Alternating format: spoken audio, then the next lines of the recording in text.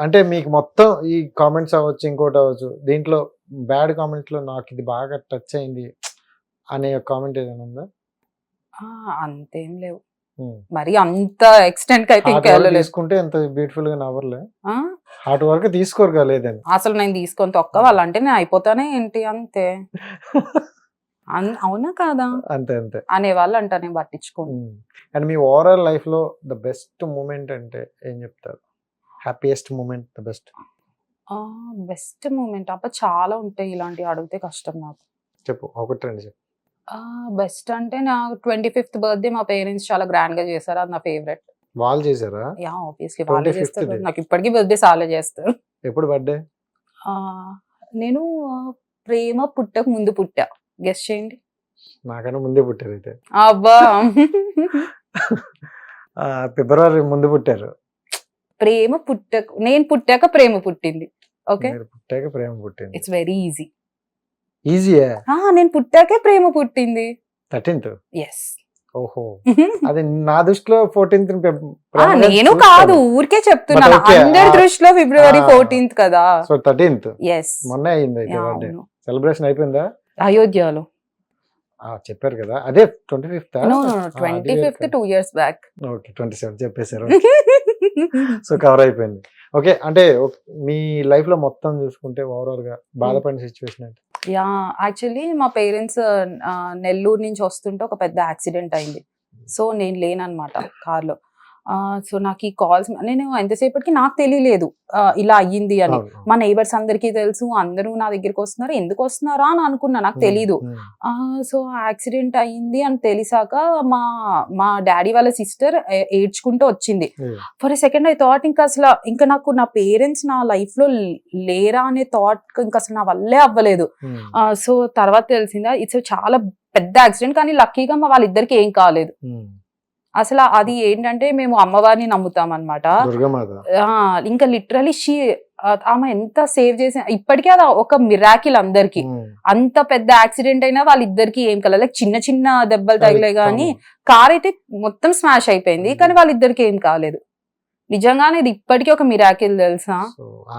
అంటే ఇది ఎప్పుడు జరిగిందంటే 2021 Feb 12th నా బర్త్డే ముందు రోజే. సో మా పేరెంట్స్ రాగానే మేము నా బర్త్డే చేసుకుందాం సో ప్లాన్స్ వేసుకుంటా ఉన్నాము. ఈ లోపు ఇలా జరిగింది. యాక్చువల్లీ ఆ 1 week కి ముందే నేను అమ్మవారిని అడిగా, ఈ బర్త్డేకి నువ్వు నాకు ఎట్లాగైనా పెద్ద గిఫ్ట్ ఇవ్వాలి, సంథింగ్ లైక్ నేనేం ఎక్స్పెక్ట్ చేసా, మేబీ మనీ వైస్ కానీ ఏదన్నా అలా. కానీ మనం అడిగితే చూసారా అమ్మవారు ఎలాంటి వాళ్ళు, నాకు మా పేరెంట్స్ లైఫ్ ని ఇచ్చేసింది సీరియస్లీ.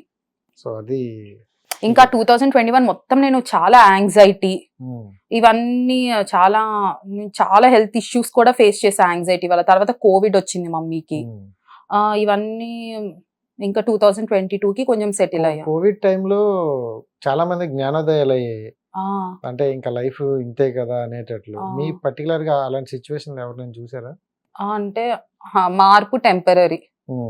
ఫస్ట్ ఒక 1 year బాగుంటారు, మళ్ళీ మామూలే. అది కామన్. ఇప్పుడు అలానే అనిపించింది. అవును అంతే కదా. చాలా వరకు కోవిడ్ ఎలా అంటే వాళ్ళకంటే పక్కన వాళ్ళ మీద వీళ్ళు బాగున్నారా అని చూసుకున్నారు చాలా మంది. ఎందుకంటే వాళ్ళకి వస్తే వీళ్ళకి కూడా వస్తుంది కదా. సో అప్పుడే కొంచెం పట్టించుకోవడం స్టార్ట్ చేశారు. కూడా ఇక్కడే ఉన్నారు మీరు? ఇక్కడే. కోవిడ్ లో కూడా విలేజ్ కట్టేటోళ్ళు. అసలు 2021 నా వర్స్ట్ ఇయర్. తీసేద్దాం ఆ రోజు 21 వెళ్ళిపోయింది కాబట్టి. రైట్. అండ్ అంటే ఇంట్లో ఫ్యామిలీలో చూసుకుని అమ్మ నాన్నతో పాటు ఒక తమ్ముడు గాని చెల్లి గాని ఉంటే కొట్టుకోవడానికి తిట్టుకోవడానికి బట్ క్యూట్ గా ఉంటది. సో అలా ఎప్పుడైనా అనిపించిందా ఉంటే బాగుందని? అస్సలు నో. నేను చాలా సెల్ఫిష్. మా మమ్మీ డాడీ లవ్ నా ఒక్కదానికే ఉండాలని అనుకుంటా. అవును. అందుకే తెలుసా నాకు ఇప్పుడు నా ఫ్రెండ్స్ కూడా ఎవరైనా అక్క చెల్లెలు గాని ఇట్లా అన్నది వాళ్ళ రిలేషన్స్ చూస్తే ఎందుకు వీళ్ళు ఇంత ఓవర్ చేస్తున్నారు అనిపిస్తా ఉంటది. యాక్చువల్లీ ఇది నాకే ప్రాబ్లమా అనుకున్నా గానీ నేను ఇట్లా నాలా సిబ్లింగ్స్ లేని వాళ్ళు ఒక 2-3 దగ్గరికి అనుకున్నా. వాళ్ళకి కూడా అలానే అనిపించిన తర్వాత కూల్ అయ్యా. మనమే కాదు అందరికి అంతే. నెక్స్ట్ నీకు మ్యారేజ్ అయితే సింగిలా? నేనైతే సింగిల్ అంటా, మా మమ్మీ మాత్రం లేదు నీకు ఒక 3-4 ఉండాలని అంటుంది. మంచి అలా కాదు కానీ అంటే జనరల్ గా అంటారు ఇద్దరు ఉంటే కొంచెం వాళ్ళకి మంచిగా ఉంటది అంటారు. బట్ మీ బిహేవియర్ చూస్తుంటే నాకు ఒకటి చాలా అన్నట్టున్నారు. నాకు ఒక్కళ్ళే చాలు. సో ఎందుకంటే సింగిల్ లైఫ్ బెటర్ అలా? ఇప్పుడు చూడు నేను మోస్ట్ ప్యాంపర్డ్. ఇంకా అన్ని కంఫర్ట్స్, లగ్జరీ అన్ని ఇచ్చారు నా పేరెంట్స్. మేబీ ఇంకొకళ్ళు ఉంటే అలానే ఉండేదేమో, కానీ లవ్ అయితే అంత రాదుగా. డాడీ వాళ్ళు love marriage arranged marriage. Marriage. Yeah. So మీకు అంటే మీ పర్సనల్ చూసుకుంటే లవ్ మ్యారేజ్ బెటర్ అనుకుంటారా అరేంజ్ మ్యారేజ్? అసలు మ్యారేజే బెటర్ కదా నన్ను అడిగితే. ఇంకా తప్పదుగా చేసుకోవాలి కదా. మ్యాట్రిమోనియల్ బెటర్ చెప్పిన ఇప్పుడు నాకు వేరే సిబ్లింగ్స్ ఉంటే నేను చేసుకునేదాన్ని కాదేమో. నాకు ఇప్పుడు ఎవరు లేరు కదా, వాళ్ళ కోసం చేసుకోవాలి.